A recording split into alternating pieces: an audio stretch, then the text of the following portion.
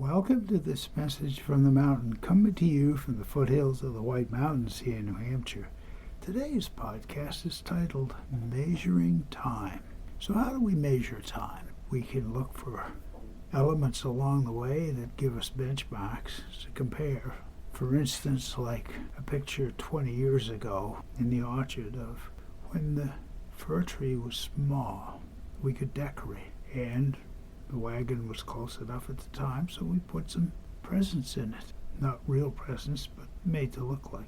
And so it was that people would come by walking their dogs and having the pictures taken with them. It made it a little festive. But 20 years have changed the growth of the tree.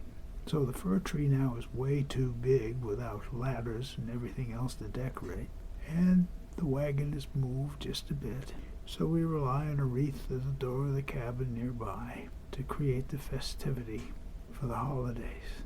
And I think about that time of how the memories are there, but at the same time it does pass along.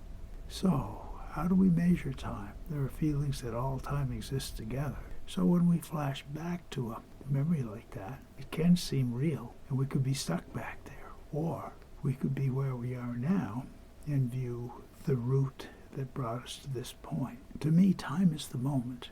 And in that moment, we have the opportunity to look back over time in our lives or other events.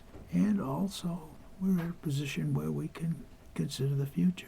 And the future and the past all blend together in the moment in our time as we find a way of measuring it in our lives and our soul's journey.